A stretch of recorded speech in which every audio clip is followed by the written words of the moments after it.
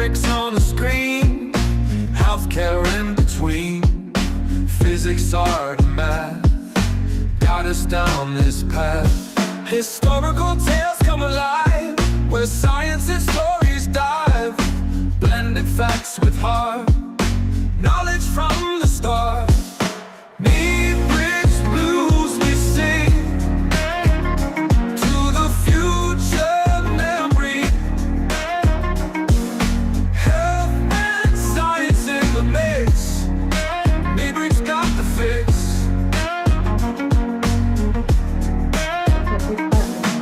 Complex subjects made clear. Every episode cheer.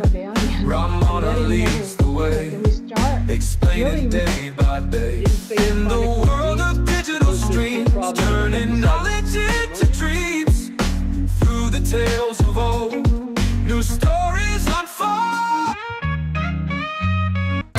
MedBix Webcast is a new kind of healthcare media channel to break the silo mentality and foster interdisciplinary thinking. Our mission is to fill that gap and to create a curiosity through different lenses, tapping the passion that guided the historical figures in medicine and bringing present-day groundbreaking research to the front lines. We interview physicians and leaders in the industry about present-day healthcare challenges on our live programming. Okay. Welcome to the MedBix Webcast. This is Ramana Namaraju. I'm the host. I have a very interesting program today. I have a very frequent guest of mine. She has a really lot of qualifications. She's from MIT. She's from UCSF. She's a teacher in Stanford. Think about that, and she's an entrepreneur, and she's in the middle of the political storm. Really, in the political storm, she's in the center of it, So hats off to her, in the world of all these, what's going on in the world, with the particularly related to women. We are in the storm, and she is right in the middle. So without further ado, I want to introduce you, Dr. Sophia Yen. She is a frequent guest of mine. She's been a great guest, and she's a very woman. I don't know. I'm not a woman. I don't understand all the things. I have a daughter, and I see through her lenses sometimes. But it's all complicated. It's a very woman's health is a very different, and requirements are different. So it's really, if you understand it, and then really we need to address that, and then she understands those things, and health choices are, nowadays with the political things going on, is a very challenging to go through the legal issues and all those things. So let us ask her. Let me bring it to the table. Sophia Yen. Welcome, Sophia, to the MedBix Webcast. Thank you so much for having me here today. Today is World Contraception Day, so I have my Thanks Birth Control t-shirt on, and I want to thank birth control for allowing me to decide when and how many kids I want to have, so that way I was able to avoid pregnancy and get through medical school, residency, fellowship, a master's in public health, and establish myself as a professor for a couple of years before popping out 2 children and contributing to the world. So thank you, birth control, and thank you, Ramana, for having me on this podcast today. Sophia, right now we are going in the middle of the storm, that, as that is a lot of things. One second, let me hide this. So we are going through a lot of political storm right now. Tell us a little bit what's going on in the politics side. What is illegal, first of all? What are the legal, in what states they allow you, because the Roe versus Wade was returned back to the states. So what states allowed certain things, they didn't allow certain things. Can you tell us a little bit, at least Yes. you can mention the big states like New York, Texas, and California, and my state of Georgia. Yes. So I actually have a slide on, well, there we go, this. If you want to share that slide, Ramana, I used to serve on the board of the Center for Reproductive Rights. They are the legal arm of the reproductive rights movement. They have been on every Supreme Court case that has protected or fought for abortion rights, reproductive rights, and they do work both in the US and internationally, and they do it at great bang for buck. I'm always with these thrifty organizations. This map in green are the states that have expanded access to abortion, but the red are those that are hostile, and the deep red where abortion is illegal. And they update this website once a week at least with the latest laws that are in every single state. The gold, luckily, are protected, but before Roe v. Wade was overturned by the Dobbs decision by the heavily conservative and religious Supreme Court members that Trump appointed, abortion was legal in all 50 states. And those of us born with uteruses were treated equal in all 50 states. But when they reversed Dobbs, they reverted back to the states. And some of the states had very archaic laws from like the 1850s or something like that, horrific, that were still on their books that then instantly came into play. And then some aggressive anti-abortion Republican-controlled states such as Texas and Florida passed, and Georgia, unfortunately, passed like 6-week bans. And for anybody who's ever had a uterus and bled once a month, during our prime reproductive years, when you miss that first period, you just wait for that second one, hoping that that first one was just stress or an error. And by the time you miss the second one, that's 8 weeks. And in all of those states where they have a 6-week ban, that's too late. So if you miss that first period, you can't wait. You better jump on that if you want to do anything. And even then, a lot of these states, it's absolutely illegal. And they say, well, there's exceptions for rape and incest, or the life of the mother. But the life of the mother is so vague, and no doctor wants to risk their license. It was so hard to become a doctor. I don't want to risk losing my livelihood and going to jail and being fined because I don't know when Texas will arrest me, or Florida will arrest me, or Georgia will arrest me, or take away my license. And so a lot of people are like, well, if you're a doctor, you should just save the woman's life. And it's like, would you ask anybody else to risk going to jail or having to pay money or never being able to do their job ever again just for you? I think that's asking a lot. What we're asking you instead is to vote for people that trust women with the right to decide what happens to their bodies. And to me, this is really about freedom of religion. My body, my religion, your body, your religion. You have every right to try to convince me to your religion, but to force your religion down my throat is un-American. Yeah. This is a big political debate, and it's going to be decided at the polls probably, the real elections.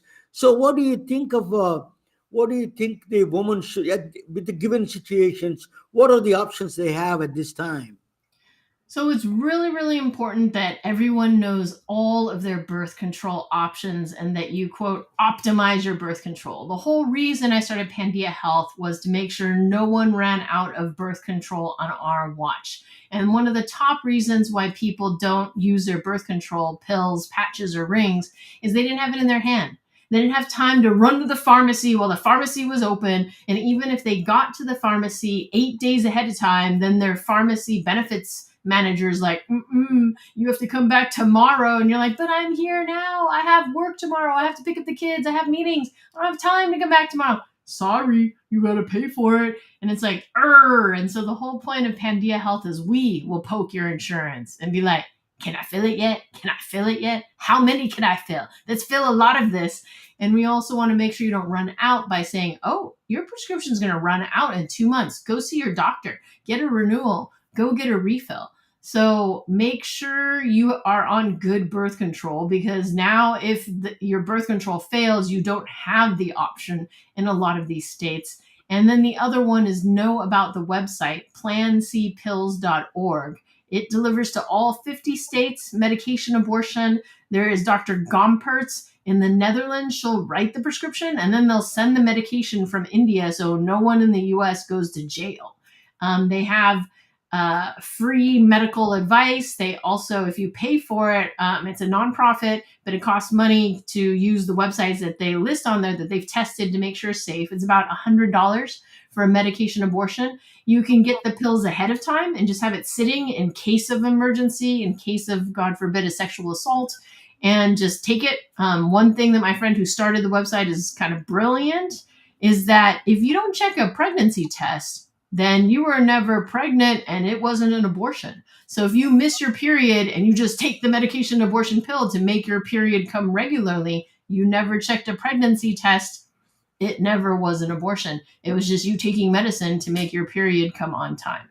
So those are two creative ways to get around it. But I also just think anybody going to one of these red states, make sure you have some medication abortion in case you need it. Also know the laws in your state. Know that there's free legal advice lines, plancpills.org, and places that you can get the medication if you need it, but better to get it ahead of time. And so I suggest for every household of 10 women in a dorm, in a sorority, group of friends on a street, you all just, each of you pay $10 and you buy a pack. And then if anybody needs it, you're like, okay, you take it. And once you use it, then you just refill it for the next person.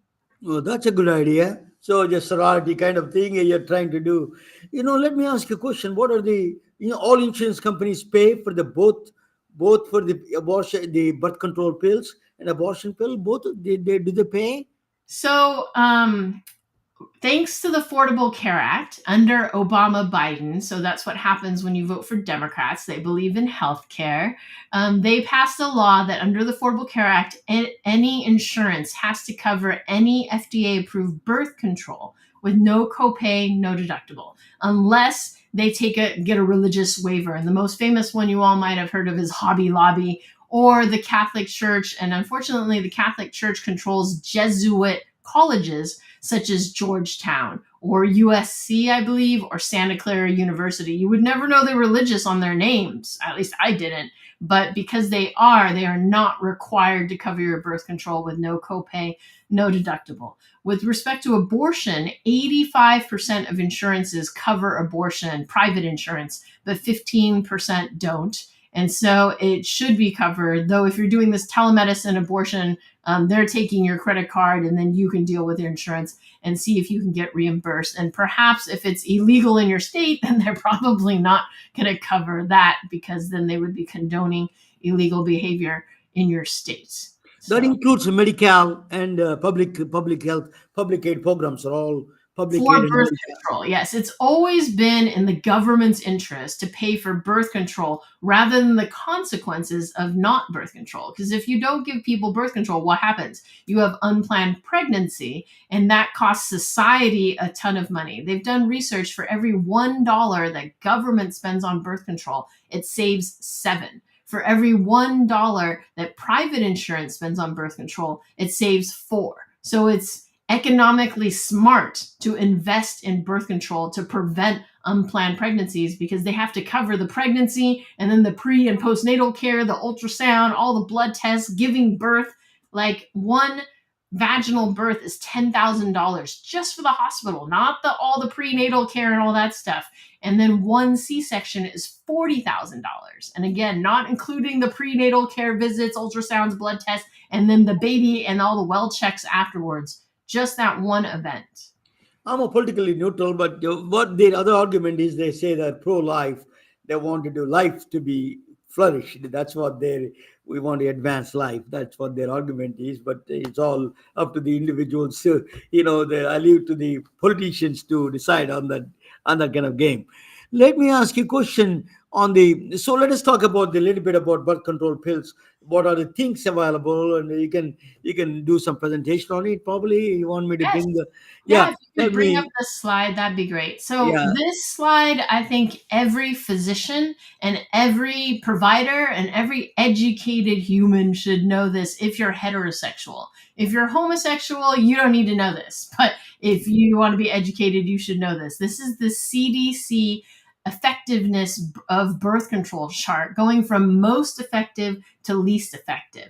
And what blows my mind every time I show this list is that the implant beats vasectomy. Vasectomy is the gold standard. And so what this chart is showing you is that 5 out of 100,000 people using the implant will get pregnant. versus on the right side, I think it might be cut off on our screen, but 15 out of 100,000 of people with vasectomy will get pregnant. So the implant is 3 times as good as a vasectomy, which is a gold standard here. And then next comes the IUD with hormone beats tubal ligation, which is the female version of vasectomy. And tubal ligation is no small thing. They take out 1 inch on each side and burn it. And the fact that you can still get pregnant despite that is crazy. And the fact that the IUD with hormone beats that is amazing as well. Next comes the copper IUD. Oops, we can go back 1 slide. No, I went to the too far. Yeah, there we go. Next comes the copper IUD, the shot, the ring, the patch, the pill. The ring comes before the patch, before the pill, because the ring you can mess up 12 times a year, the patch 52 times a year, and the pill 365. Condoms alone are lower in efficacy, but if you put condoms plus any of the above methods, then you improve its efficacy, all of their efficacy. So condoms plus any of the above methods would be a great thing, though you don't technically need it with a vasectomy and tubal ligation, though you do see there are some failures there. And then go ahead. You can actually do the arrow keys on your keypad. If you press the arrow keys to the right, it will automatically move the presentation. See that? Got it. Okay. Yeah. And then know that there's some new birth control methods out there, for example, Phexxi, but I'm not a fan of this one. I used to think whatever's the latest is the greatest, but sometimes the latest is just what they were able to create and sell. It doesn't mean that it's the best thing out there.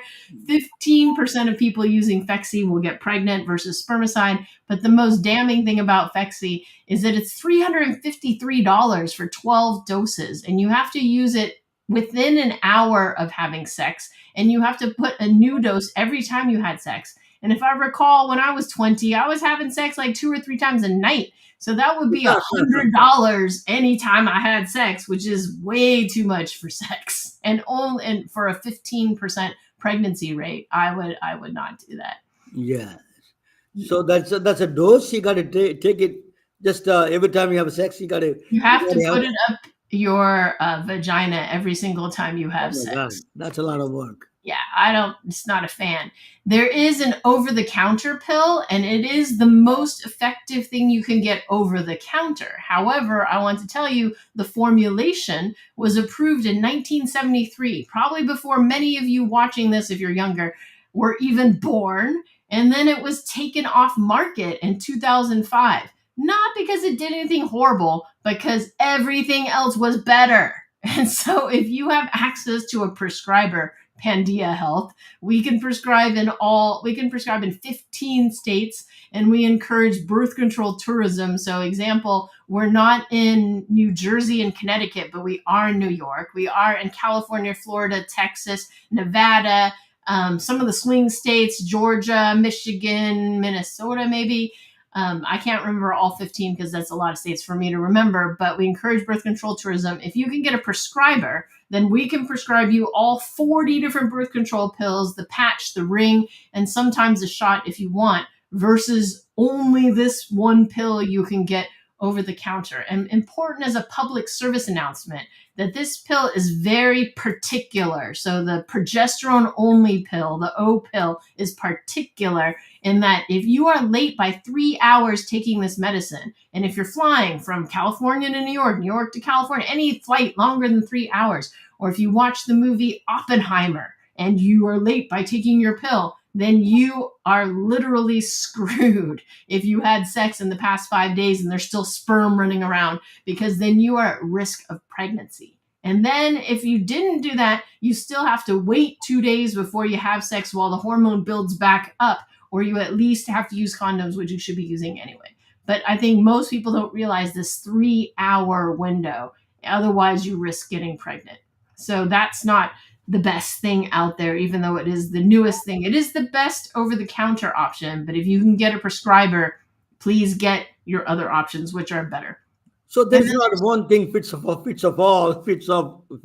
everybody. You have to have a individualized process, and then their likings. That's all you're saying. Is all not for one thing that you can prescribe to generally to all of them. Is there any one general prescription you have? In general, it fits everybody.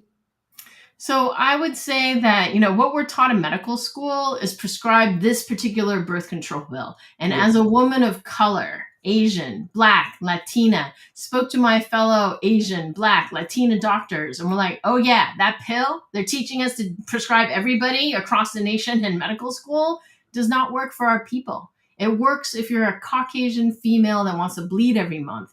But if you're not, that's not a great pill. And so I was like, oh yeah, I had to go through 3 different birth control pills till I found one that worked. And only because I was highly motivated as a pre-med student who had to get through college, medical school, residency, fellowship, MPH before I could pop out my kids, did I stick with it to find one that worked for me. And wouldn't it be great if I could help women just jump to the best possible birth control pill? And so at Pandia Health, we've come up with an algorithm to help choose the best birth control pill for a woman for your first birth control pill and follow up if you have side effects with it. But with our algorithm, 94% of those who use us are happy at 10 weeks with the first pill we give them. They're like, yeah, let's continue this.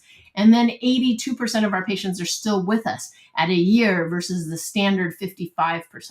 So we've done a pretty good job of making sure women have the best possible health care. What are the side effects, Sophia, on this one? What are the general side effects for Birth any control serious? pill? Yeah, birth Yeah, control. you can take down the slides. The general side effects for pills that are negative that you can avoid are hairiness, munchies, breakthrough bleeding, acne.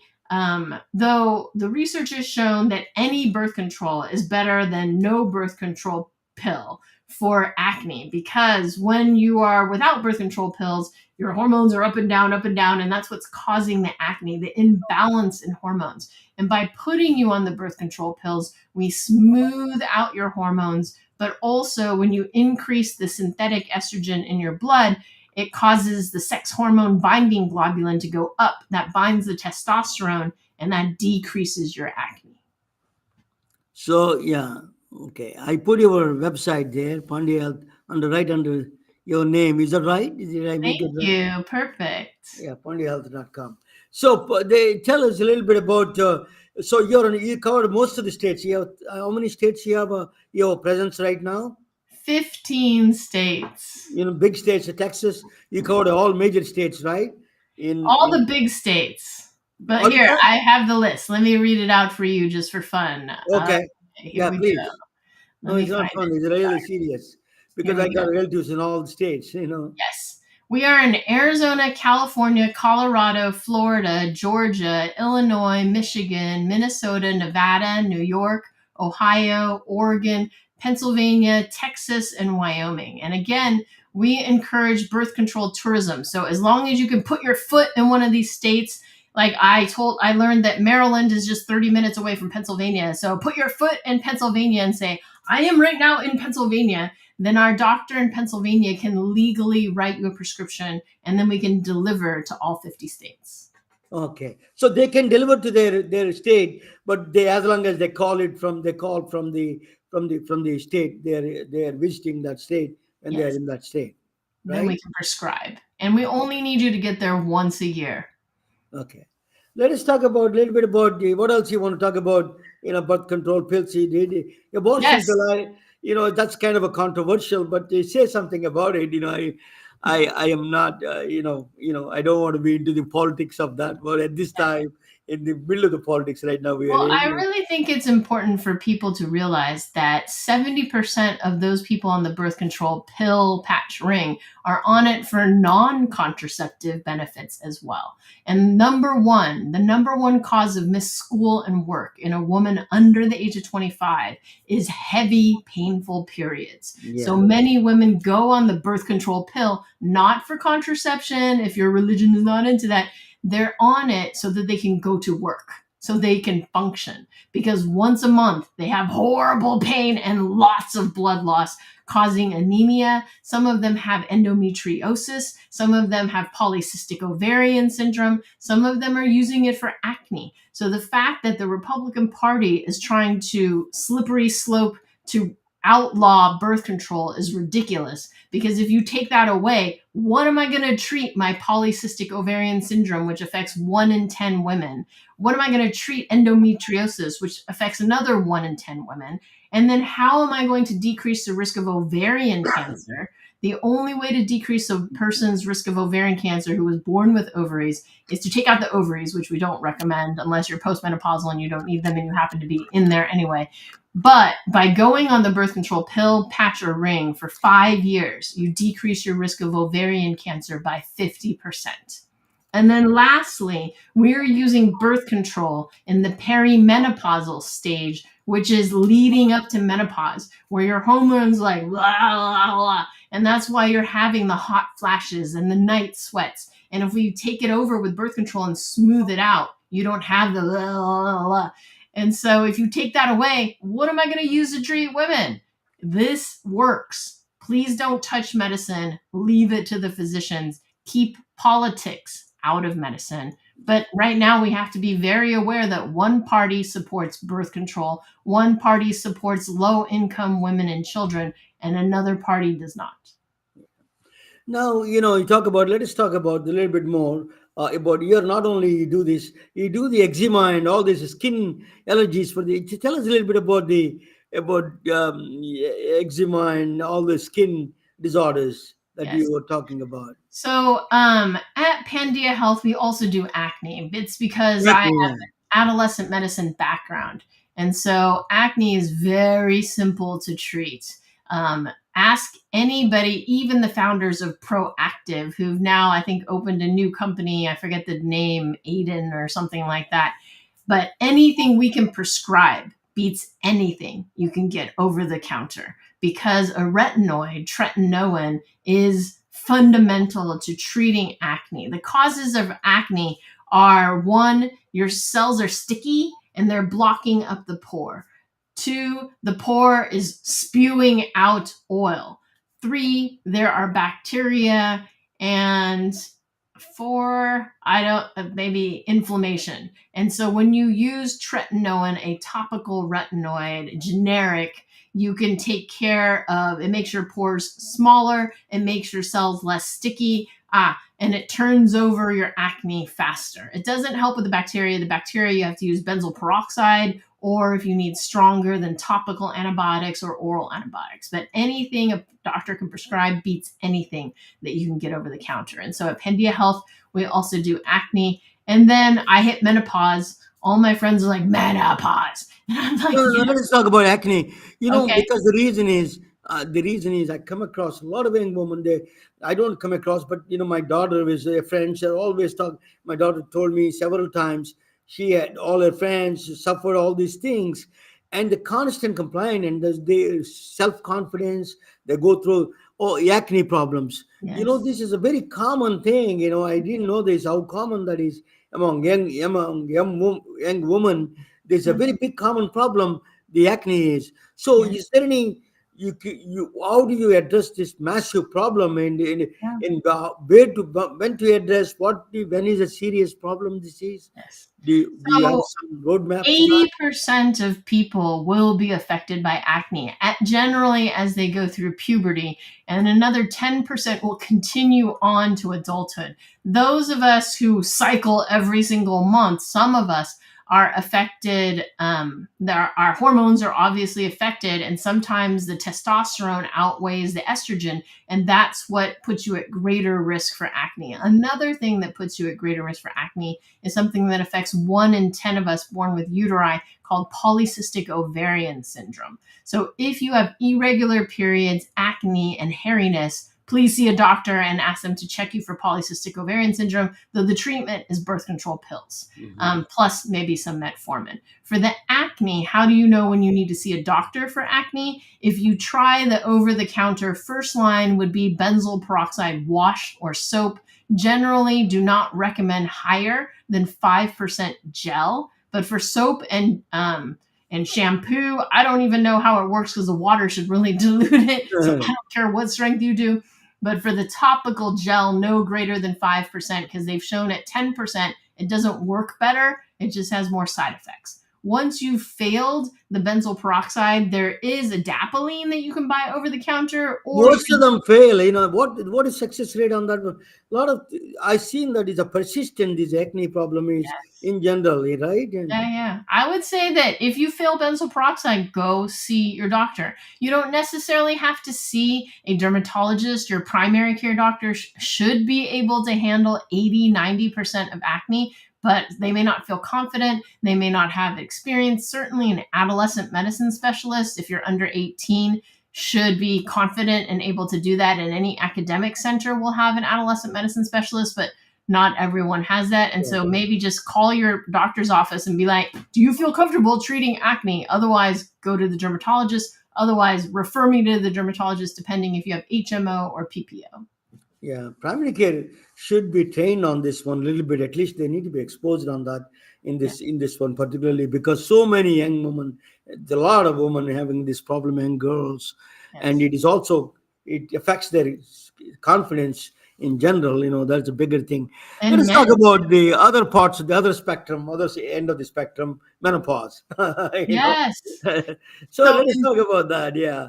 important to know that the average age of menopause is about 52 in the United States, but Asians might be later and other people might be earlier based on their race, ethnicity, but that menopause is your last period. And unfortunately, we don't know you're in menopause till 12 months after your last period. So those of us with uteri are like, is that my last period? And then 3 months later, you get another one. You're like, I got to wait another 12 months to see if that's my last period. And it's really, really annoying and stressful for those of us that are around that area. Also know that for 6 to 7 years before that final period, we call that perimenopause, around before menopause. That's when your hormones are weird. And you might benefit from hormone therapy, which might come in the form of a birth control pill, low dose, to take over your system so it's not like this. And a lot of people are like, but I want bioidentical hormone therapy. I heard you have that. And yes, we have that for when you're after menopause and the hormones are zero and nothing or minimal, and we're just adding back what you need, versus here where it's all sorts of weird. If I add estrogen, I get put it on top of high estrogen and make the situation worse. So before menopause, you might need a birth control pill, patch, or ring to take over the system. After menopause, it's bioidentical estrogen and progesterone. And know that estrogen is good for your blood, brain, and bones. Though the only indications for estrogen replacement therapy or estrogen hormonal therapy or menopause therapy are hot flashes, night sweats, genital urinary symptoms, so recurrent urinary tract infections with the feeling you need to pee when you don't really need to pee, or just painful vagina sex. I call it sandpaper vagina. And then lastly, risk for osteoporosis. So a lot of us minorities are lactose intolerant. We don't get much calcium. We're small bones, small people, family history of osteoporosis. That immediately allows you to get hormone replacement therapy or hormone therapy or menopause hormone therapy, depending what you want to call it. So when I get back, I'm going to present a topic. Actually, she's a woman, woman that, is independent woman, 1930s and 40s. And I'm going to talk about her. And after that, I come back and ask you contact information, how they can reach you, and any discounts, specials you have, you can announce it there. So let me present her. Is okay? Great. Yeah. This is a Sophia Yen, from a Stanford professor. She is a MIT. Oh, she got all the qualifications. UCSF, you cannot get better than that.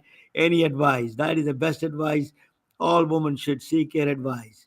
Okay. Now, I'm going to talk about a little bit about I will take you to the different era. She is a sex bomb, and she's a sex. Sophia is talking about a lot about sex today. So let us talk about that. She is a sexy. They call her bombshell. Okay, sex bomb, or everything. She got the name.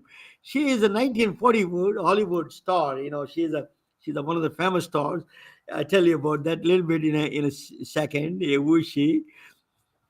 Her name is she was born is Eva.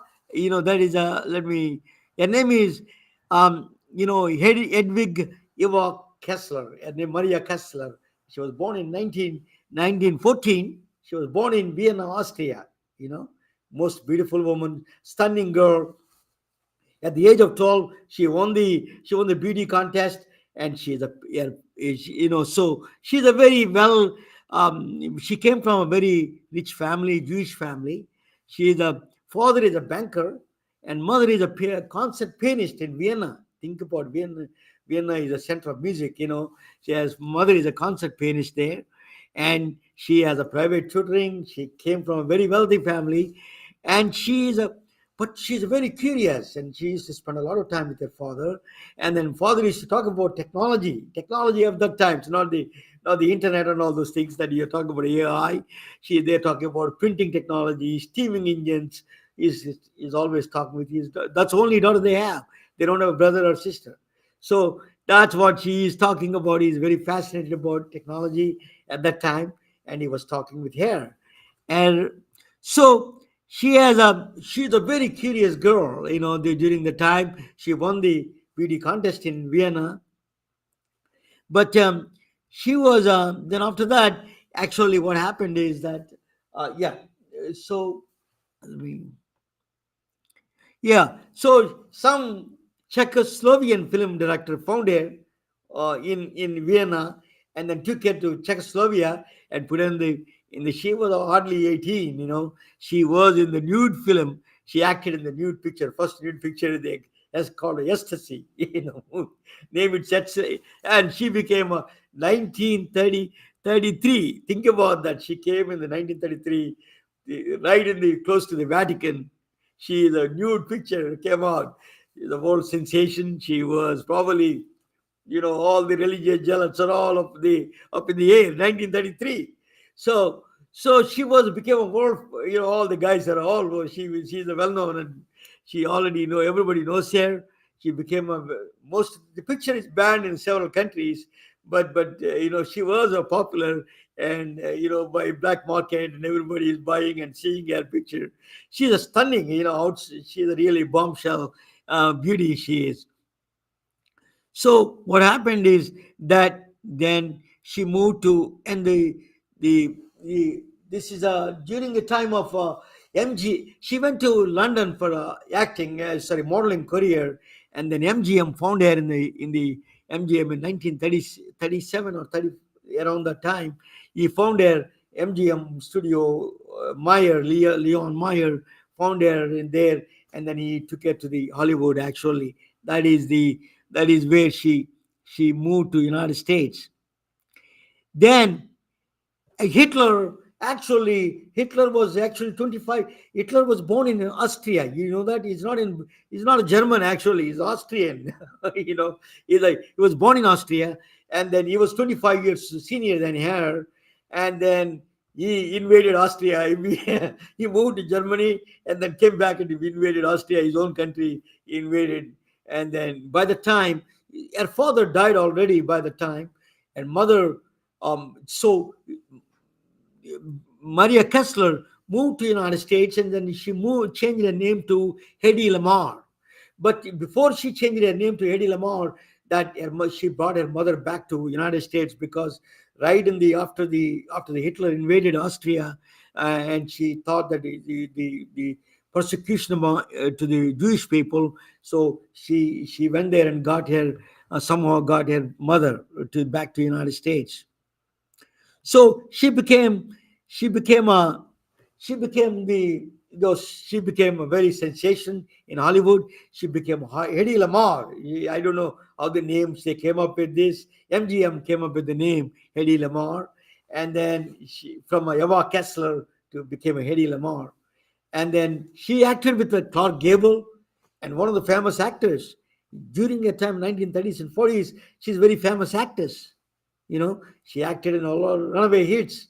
But she doesn't speak English that well. English is okay, but she was in all the films. She's a stunning beauty. She's one of the most beautiful woman in the say there's a Femi Fatali, she called her Hollywood is a Hollywood heartthrob she was. So what's happened? She what happened here is that I can. Oh yeah, she married. Oh yeah, she likes sex a lot, and she likes her husbands too. So she married lots of people. She had a 6 time married and several other relationships, and married 6 men. But last 35 years she was a single actually. But I tell you about that in a second. But so she during their film career, she met aviation pioneer Howard Hughes.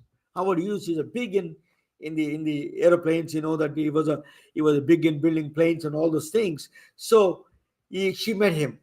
So at the time, just Hitler started going into the other countries, and America was concerned. They wanted to get into the war with the Germany. So I mean, he wants to build the fastest planes. So he's looking for faster planes. How do you build it? So he was having a relationship he was dating Hedy Lamar. She has a brilliant mind, a curious mind. She has no background in science and technology, but she has a lot of common sense. That's why polymath is a very, very important. Where you get these ideas is important to get exposed to other fields other fields. What she did was, I tell you what she did. She gave the best idea to him. What she did was, she took the books on the fastest fish, and then she took up books on the fastest birds. Why they do, what is first the fastest fish, then what the scales, if you see, now we found out after a long time, she's way ahead of her times. In fact, now most of the airplanes, they adopted that technology, the scales that reduced the 25% drag. In fact, on the plane, on the lifting, for example, Airbus 380 adopted the lifting of that fastest bird, lifting that the contour of the bird. So Airbus 380 recently adopted that thrust technology. So think about that. She got this idea, and she was giving these ideas to Howard Hughes. Howard Hughes called her, "You're a genius." They didn't have all the technology understanding completely, but that was the right direction to go. What she did was, fastest fish and fastest bird, combine this technology, you can get a faster planes. What a brilliant mind she was. So he was so impressed. He gave her a lab. Okay, he created a lab for her in her trailer, and she can do experiment. So she wanted to support. She's a Jewish woman. She wanted to support the war against Hitler. So she wanted to create a tablets for the Coke, because all these, in the field, you cannot get water everywhere. It's difficult to carry all these the Coca-Cola things. So what she was trying to create is a tablet, and then you can put in the water, it becomes a Coke. At least the idea was good. It did not succeed because she said that they tasted like Alka-Seltzer or some baking soda. It didn't come out good. But she tried. That's at least she got the idea of trying that. But she also created the fluorescent color for the dogs. Now a lot of people don't know about that, but she was inventor of the fluorescent color for the dogs.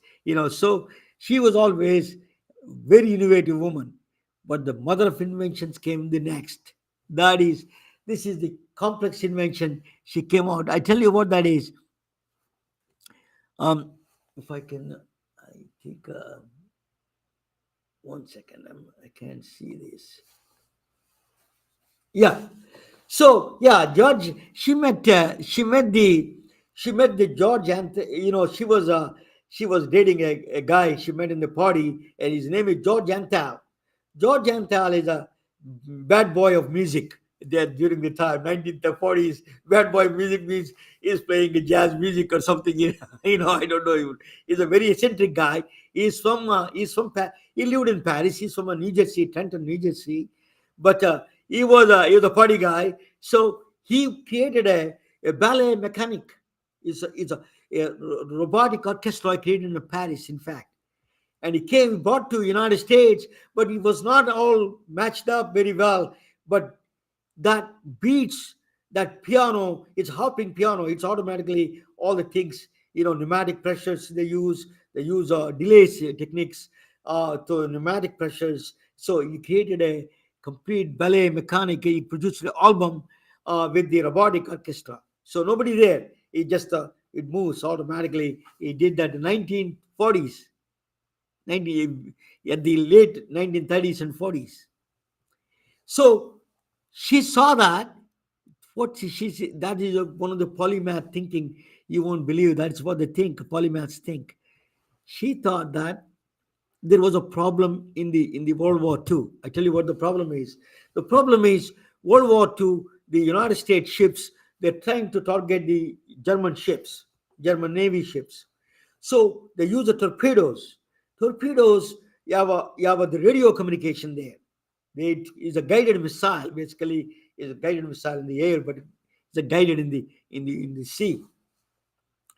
What the Germans are doing is they're intercepting that communication between the ship and the torpedo, and then diverting that and not getting hitting by the torpedoes. All torpedoes are getting wasted. So the U.S. military was frustrated, and they wanted to get solution for this. They don't know how to do, because Germans are encrypting all this, solving this encryption, and the problem is they're intercepting the communication. How does it work? Actually, I'll give you a little bit more technical, a little bit more. You take a signal, which is all the signal is an electromagnetic wave. It tells you what to do. To take a left turn, take a right turn, whatever it is. Okay, and they put on the radio wave. They mix them together. They modulated wave. The third wave you see on the left side. The third one is the real wave. That is a signal. Actually, that is the actual signal comes out of the modulated wave. What the Germans are doing is they're intercepting that third wave. So that is a big problem. She came up with the brilliant woman. What she did was she thought about piano. She knows that robotic piano player. So beats hopping, she saw that. So she wanted to create a frequency hopping. So the Hedy Lamarr came up with the brilliant idea of the piano player piano. I didn't know until yesterday. I don't know there is a player piano plays automatic. So these are player pianos that she took that frequencies. Basically, she took that beats hopping. She can convert them into frequency hopping. So she cannot catch that signal. The signal carries from different frequencies, different times, and only receiver knows that frequencies. So what she did was amazing. What she did. So she created that complicated 1942. They created a complicated engineering thing. Think about that. How much passion about science she is. She said that, everybody said that she's the most beautiful woman on the planet. She said that, she got so used to be upset about that. She says that any woman, you want to look beautiful, any woman could dress up and look stupid. They think beautiful they are, the press used to say. So she used to hear that. But frequency hopping, she came up with it. Then she got the patent on it. Actually, with the George Antal, she got the patent on the frequency hopping. But I'm going to explain to you a little bit more. The frequency synthesizer, like a piano player, produces different frequencies. That is called a frequency hopping spectrum. So different frequencies it produces. So you take the signal and put on the different frequencies on that one, on the spectrum. You put the signal on and move on to the different intervals. You move the signal on. So only receiver has that in tune. The receiver also, like a player piano, kind of a mechanism inside in the torpedo. So they can match that and the only they can receive that, they cannot interpret. They don't even know what it is to interpret. The Germans cannot stop that kind of a catch up that kind of a thing, because they're impossible to do the decipher that kind of a secret thing. That is an amazing idea she came back with. It's a way ahead of her times. So she took to the military and presented Aaron George Anthal presented to the military guys, generals. They said that they want to see her. That's all. They don't care. So they said, "Thank you, Mrs. Lamar, and we don't need your services," and send her back. That is a sad part of the whole story. And then what they did, this is a very sad story of the, sometimes that's what the why women get upset. You understand why. So Cuban Missile Crisis, they passed on that to the Navy contractor. He built it. So the secret, they took it and passed it on to the Navy contractor. He built the sonar detector. In fact, air technology was used in the Cuban Missile Crisis. All the ships surrounded the Cuba has carried that frequency hopping signal. All the torpedoes. It's written clearly, well documented fact, that is. So Hedy Lamar, she is omnipresent in the medical devices. Wireless medical devices, for example, heart pacemakers, because they do frequency hopping, because you cannot interrupt somebody. Suppose if your president have a pacemaker, a terrorist can go there and mess it up. You can't do that. Frequency hopping, infusion pumps, and all these things, medical devices carry the frequency hopping. Physician-patient communication, between.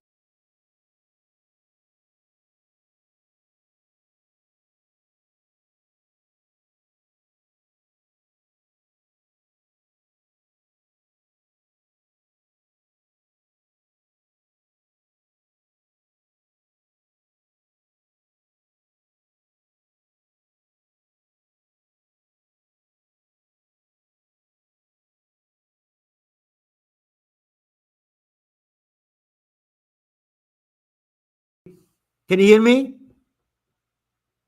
Okay, just okay.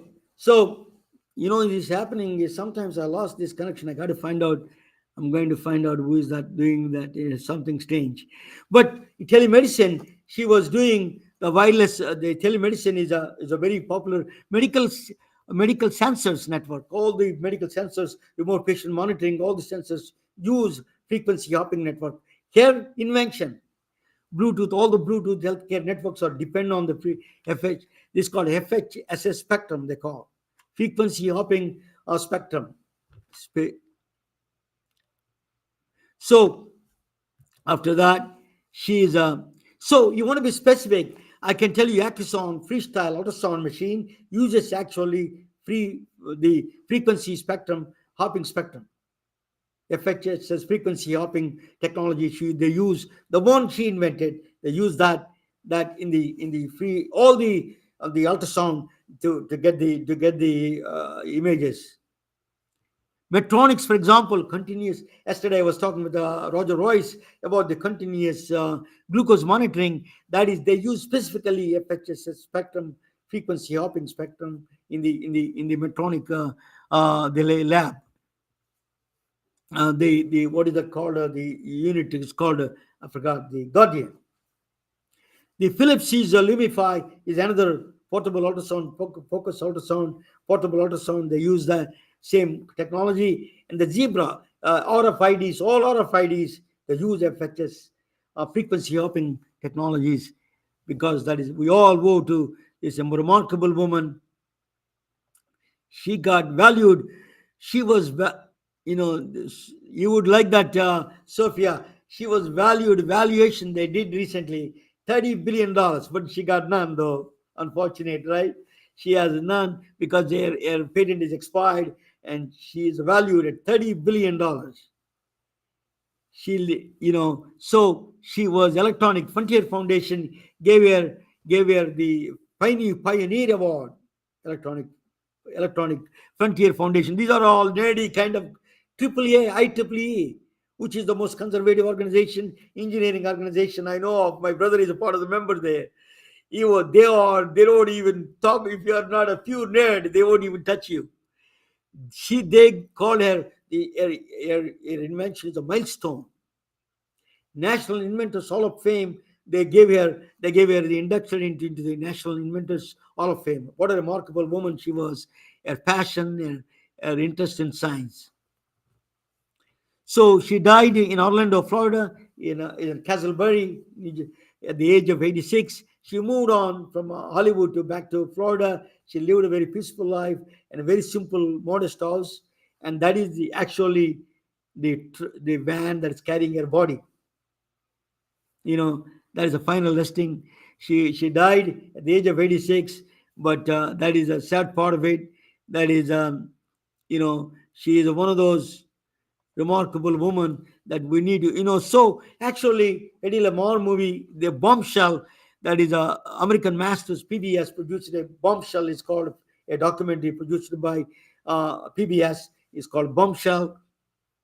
And then the Broadway, they produced a Frequency Hopping. It's actually called Frequency Hopping, and the Broadway show, it is done. It is one of the remarkable women in the history. So science and medicine, and she loved all these people, all this science and passion for, it is not limited to, you don't have to love science. That's why I started this channel.